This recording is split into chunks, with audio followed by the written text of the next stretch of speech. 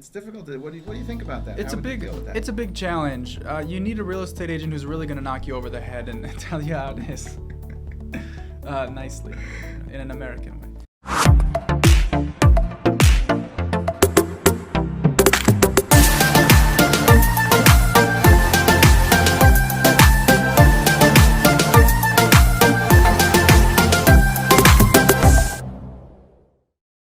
Hello from Jerusalem. My name is Shlomo Ben Zaken, CEO of Remax Momentum in Jerusalem. Here with us, we have a very special guest, the one, the only Ovadyah Fink. Most of you know him already. If you're American and you wanted to buy in Ramat Eshkol, you probably spoke to him. So we'd love to hear from Ovadyah. Like, what's your background? Where'd you come from? When did you join Remax? How was that transition? So I grew up in a small town called Cleveland, Ohio. And I moved to Israel about 7 or 8 years ago. I thankfully learned Hebrew in the States, actually. I worked with a few companies, which was all Israelis, and I learned Hebrew over there. I had no plans really to move to Israel, but then it just sort of worked out. So thank God I came here with that, because most of the work we do ends up being in Hebrew. The yelling is in Hebrew, and you gotta know. You know Hebrew when you start yelling in the language, and right? you gotta know you gotta be confident when you yell. You can't be stumbling over your words. So I moved to Israel about 7 or 8 years ago. I got married. I live now in Kochav Yaakov, which is about 20 minutes that way. I think that's like northeast-ish. So I live there with my wife, with my kids, all of them, 3 of them, Baruch Hashem.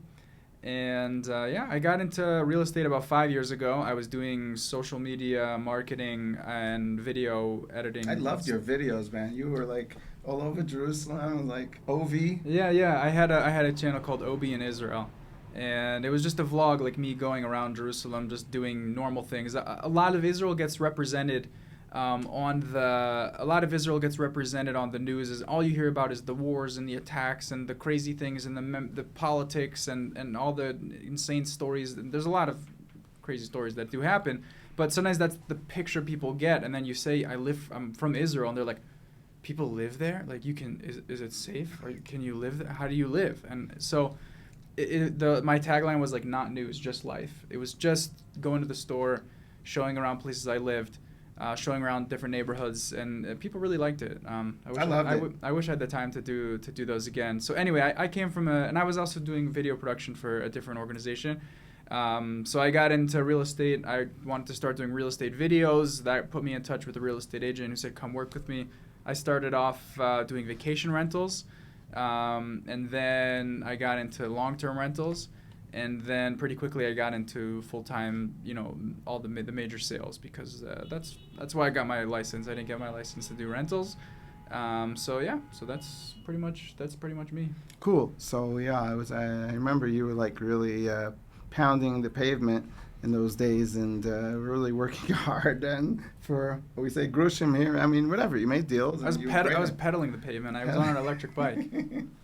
Yeah, I remember you actually started in our office with a bike. Yeah. Then you moved up to a car, and then a nicer car.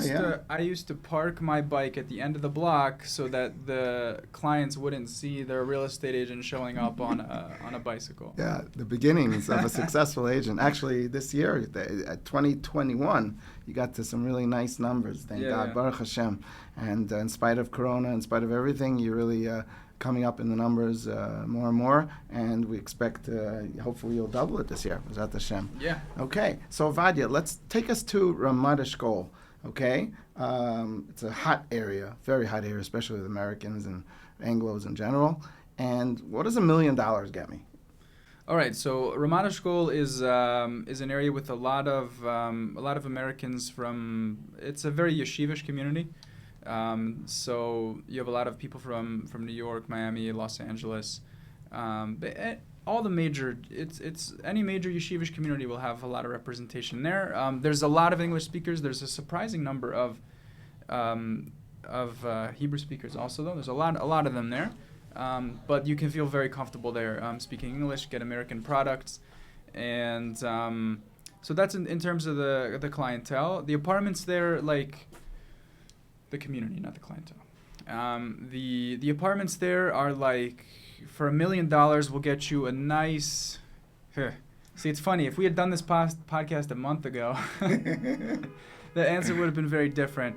It'll get you between a 3 and 4 bedroom, depending. If you want a brand new apartment, there's a lot of Tama 38 going on, which is these apartments that they build basically on top of existing buildings. They take an existing older 4-story building and they redo the foundation, redo the frame, and then on top of that they build like 2 new floors. So if you want one of those brand new apartments from the developer, today I'm in touch with a client and we're hopefully going to close around 3,580,000 shekel, which comes out to about 1.1 million, between 1.1 and 1.2 million. So that'll get you a nice brand new 4-bedroom apartment. And if you want something secondhand, that's a 4-bedroom. So that you could probably get for $1 million or just under it. And $1 million will also get you a brand new 3-bedroom apartment in one of these Tama 38 projects, or it'll get you 2 apartments somewhere else. Okay, so wow, that's amazing. Yeah. I remember I lived in Passaic, New Jersey. We bought our house, which was 4 floors with 2-car garage, a huge swimming pool. I think I bought it for $215,000. Yeah. And we sold it before we moved for double that, 430, and that was like, wow. Wow. And you think about it, I think a lot of Americans in particular are kind of like shocked, in America, for $1 million, I get a lot of house, and here I'm just getting an apartment, 3 bedrooms, 4 bedrooms. It's difficult. What do you think about that? How would you deal with that? It's a big challenge. You need a real estate agent who's really going to knock you over the head and tell you how it is, nicely, in an American way. With love. Yeah. Well, look. One of the biggest complaints I get from not complaints but observation, like the bedrooms are so much smaller, and you have to understand the culture of how people use houses here, right? In Israel, we just don't. A bedroom is a place where you go to put 2 beds and your clothing, and you go there to sleep, and then you leave, right? In America, you'll have a huge bedroom with like your desk in the corner and 2 vanities, and a huge walk-in bathroom and a walk-in closet. And you spend a lot of time in the bedroom. Here, a bedroom is really just a place that can fit 2 beds, nightstands, a closet. And so they build them very small. And also because it's so hard to get building rights here, that when they can build, they try to cram as many apartments as they can. And they'd rather give those extra meters to the living area, to have a bigger living room, bigger dining room, than to give those meters to the bedroom. So the one thing I hear a lot is the bedrooms are tiny, and you just have to wrap your head around. A big bedroom here is 120 square feet. Like, that's already big. 140, 150 square feet is like an oversized bedroom. So that's, and the second thing is to get used to the idea of, you're living in an apartment, but real estate is always location, location, location. It's like buying in Manhattan, It's always about how close you are to the city, the center of the city, to the kotel, and it's not a private house, but you can find some very, very nice apartments. Ask me what $2 million gets you in Ramat Eshkol. Okay, what does $2 million get you in Ramat Eshkol? $2 million. Oh, I have a dream penthouse right now, at those prices. I mean, we're talking. Don't show it to anyone. I'm buying it. That's it. It's yours. Hang on. We're gonna cut right here. I'm gonna go do a deal. I'll be right back. It's $2 million will get you a beautiful penthouse in one of these new projects. 200 square meters, so that's like about 2,000 square feet, with a nice big porch overlooking the forest, beautiful view. So that's what $2 million will get you. And then if you want a private house in these areas, so you can get a private house also around between 2,000 and 3,000 square feet. That's between 200 and 300 square meters, and that'll get you, that these days is already closer to 7 or 8 million shekel, which is closer to $2.5 million. Wow. Yeah. Well, let's take into account something else. America, it's built with wood in general. Right. Okay. Here, things are built with concrete, stone. It's a much longer building process. I mean, if you look at these shows in America, Right. makeover, they could do a whole Right. house in a week. 6 months. Here, it's not like that. It takes a Right. couple of years, a year and a Right. half to build, 2 years to build. Right. So it's a much stronger construction, and it's forever, literally. And you're also getting the location, like you say. I mean, the walk to the kotel. How far is it from Ramat Eshkol to the kotel? It's probably about 30 minutes. 30 minutes. It depends if you cut through the Arab quarter or not. Right. So, you want to have something that's close to the kotel that you could go on Shabbat. it's a great location. And of course, talk about like the shopping over there, the center. What service? What do they have there? What's available? The shopping center is one of the highest percentage of foot traffic in the entire city. Actually, surprisingly, it's a very busy shopping center. There's tons of cafes, restaurants. There's little stores that carry like lots of American products. You have your post office. You have a few supermarkets. Photo store, basically all the classic stuff, but it's a very nice environment. It's a very nice ambiance. There's a lot of outdoor seating, good food. It's good food, and yeah. What's your best restaurant there? Come on, what's your favorite? My favorite, there's this. Okay, so I always eat a salad like every day, for lunch. So there's this new place opened up. It's called Levy's Place. They make excellent salads, so I'd highly recommend them. I also like what if you want bagel? Like meat, Oh, okay. So if you want meat, that like means me. First of all, there's a really good place called Imburger there, and they have burgers, very good burgers. And then there's a new place opened up. It's not so new anymore, maybe 2 years ago already. It's called Schmaltz, and their tagline is Ashkenazi soul food. And it's just really Ashkenazi, man. It's so I'm starting, it's by the way. Just yeah, but I enjoy it. I love it. You like their stuff. I love it. It's like greasy. And you name it, it's on it. It's greasy, man. You got coleslaw. You have fried beef, double fried beef, corned beef. You have corned beef sandwiches with like everything you need. You can get latkes there all year round. So it's really good, shameless food. Yeah. Shameless. I love that. It's better, it's probably better than Essex on Coney, probably better than Noah's Ark, if you guys know what I'm talking about. Yeah, I've been to Noah's Ark. You've been to Noah's Ark in Teaneck. Yeah, I used to go there all the time. But I'm telling you, better food here. So, all right, great. So tell me a little more about, like, your business. You know what? I'd love to hear a story or two from you of transactions, deals that you made, the challenges that you have. How did what kind of special service did you give the Americans or Klutznikim to close the deal properly? That's a really good question. Well, one that comes to mind is I was actually just talking to him last night. He bought a new construction, actually a 4-bedroom apartment, and there was in Israel the taxes were jumping up from 5% to 8% for a foreign investor. Americans are treated as foreign investors in Israel. So if they don't have a Tudat Zehut? Yeah, only. They don't have yes. a Tudat Zehut. Yeah. If they don't have an Israeli ID. Right. If they're a foreigner and they don't have citizenship, so the purchase tax was going up from 5% to 8%, like overnight. And we had a deal on the table, and if we signed like today, his purchase tax would be 5%, and if we signed tomorrow, his purchase tax would be 8%, which is another 100,000 shekel or like $30,000. Same apartment, he's getting the same thing. It's just going to cost him 30,000 more for no extra value, and he didn't even know about it because it was over the weekend. I couldn't reach him, and the contract wasn't quite ready. But I called the lawyer, who stopped by to bring me a gift a few nights ago. He brought me my favorite bottle of whiskey. Didn't even know. What's your favorite whiskey, by the way? There's a really good. It's a Ben Iden. I don't know if this is my favorite bottle, but it's very affordable, and I buy it a lot, and it's very good. It's called a Ben Iden.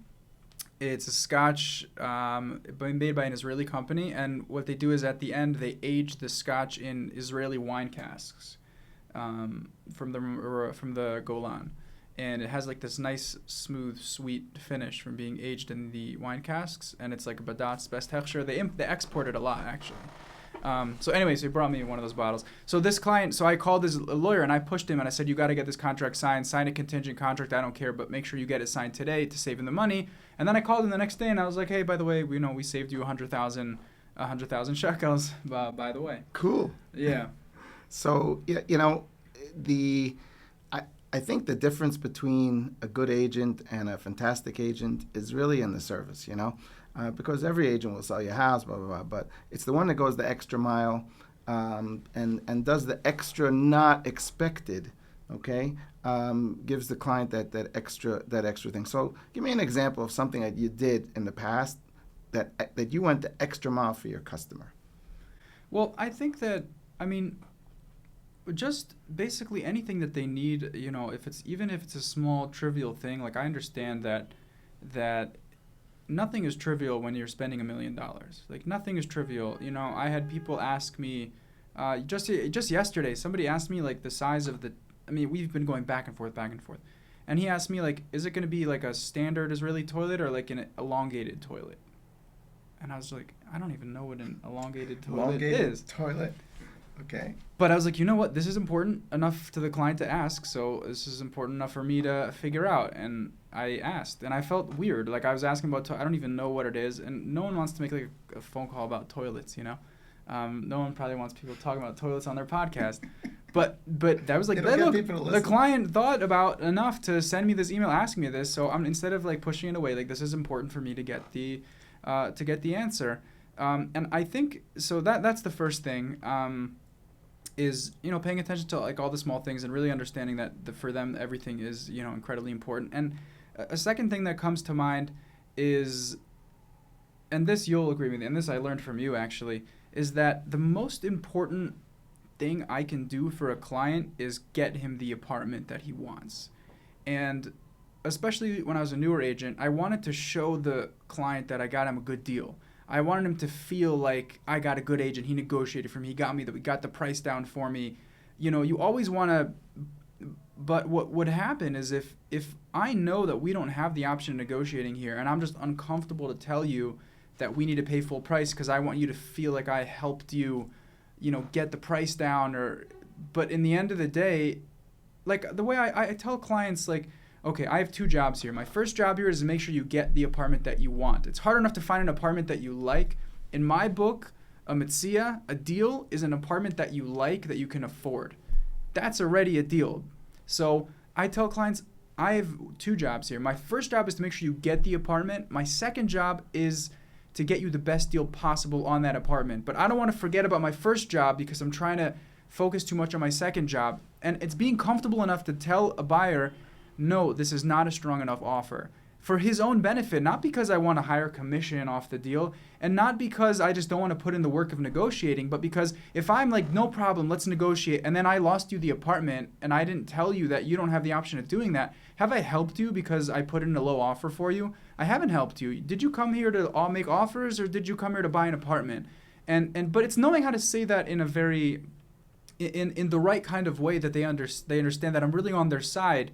And I'm not doing it just because I want them to pay more and we like driving the price of real estate up, but it's really because you hired me to make sure you get the apartment. Trust me that I know what I do. And I do that a lot with buyers, and they appreciate it in the end.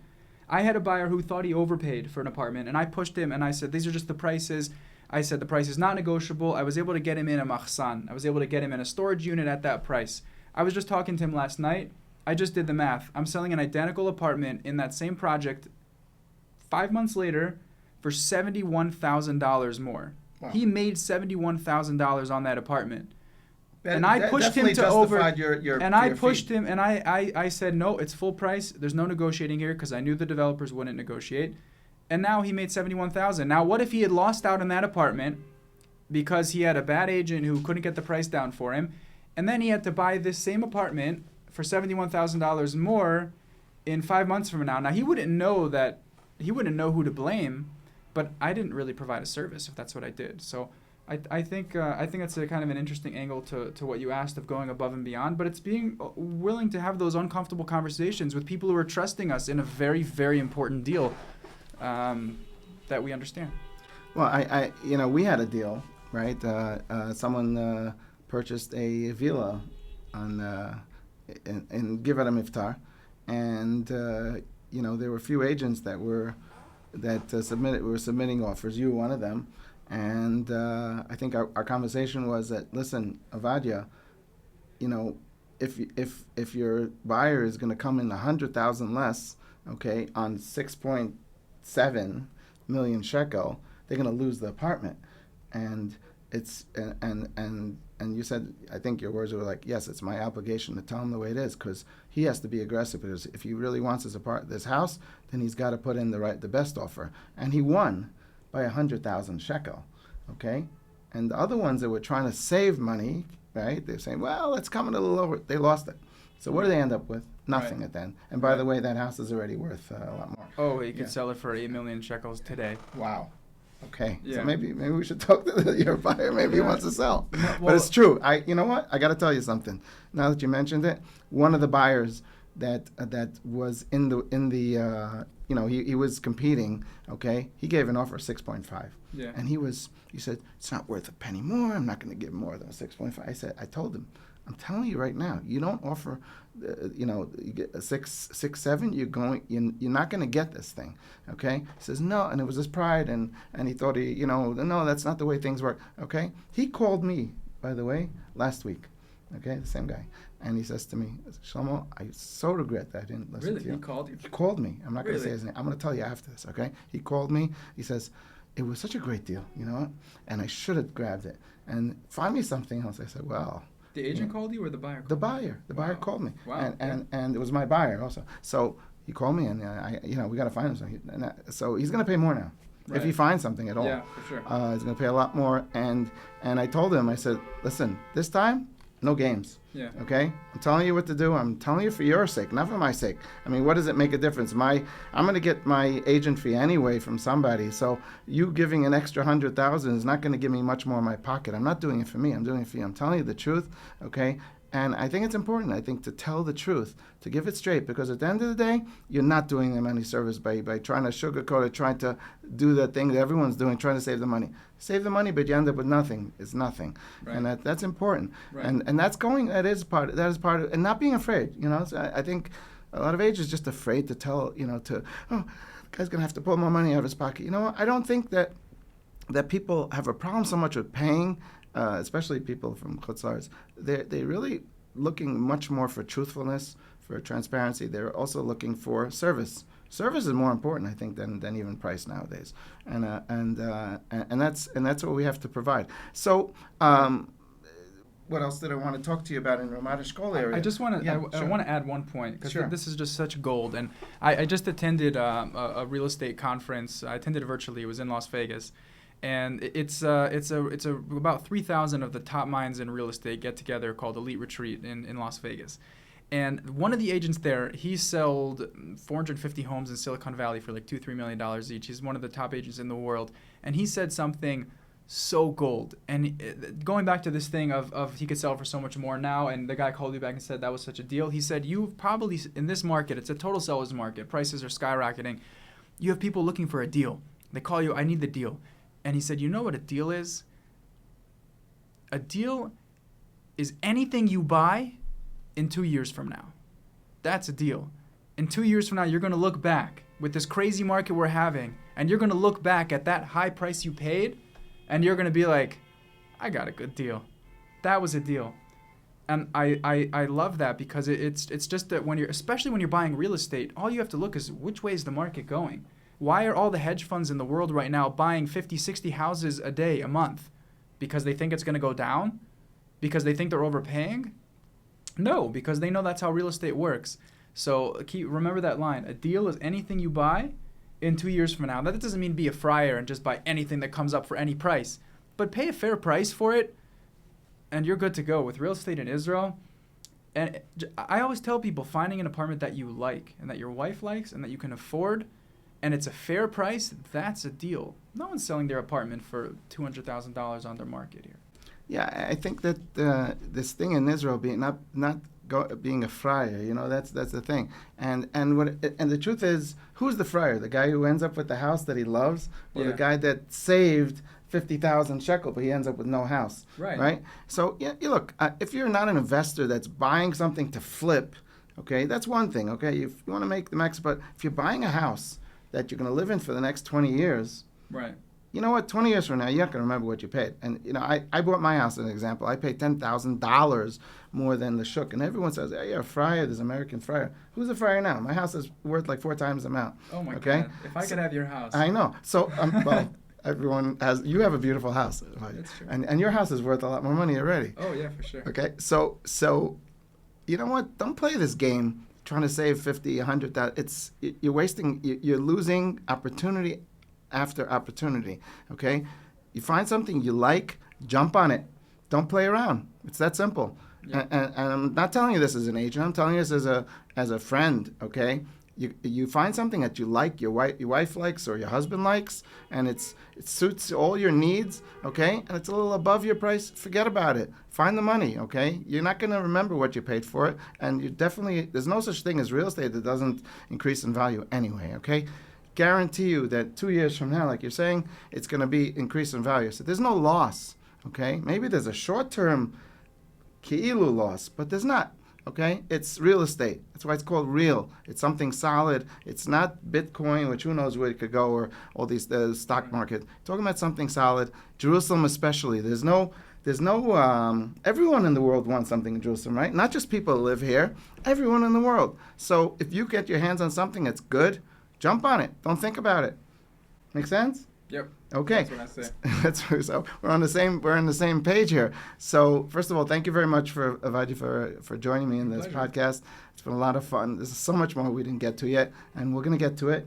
But for all the viewers that stuck around all this time, definitely if you're thinking about selling or buying in Ramat Eshkol area, Ovadyah is your address. Okay, Ovadyah, how did someone get a hold of you?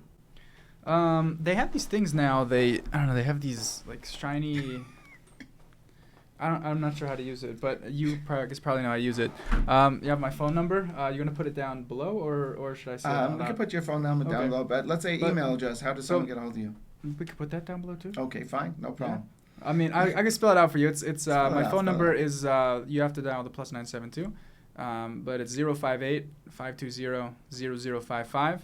My email address is ovadyahf.remax @gmail.com. Ovadyah is OVADYAHF, like Fink, .remax @gmail.com. And I also am available on WhatsApp. I check it all the time. So that's how you get a hold of me. Or you can come to this beautiful office and knock on the door and have a cup of coffee. We're in right next to Hatzalah on Ovadyah Street, Ovadyah number 4. In the neighborhood of Romema, Jerusalem. You can also find this on our website, remaxmomentumisrael.com. So, with any, not to make this any longer, I want to say goodbye to everyone. Thank you for joining us, and we'll see you in the next podcast. Shalom from Jerusalem. Bye. Shalom. Bye-bye.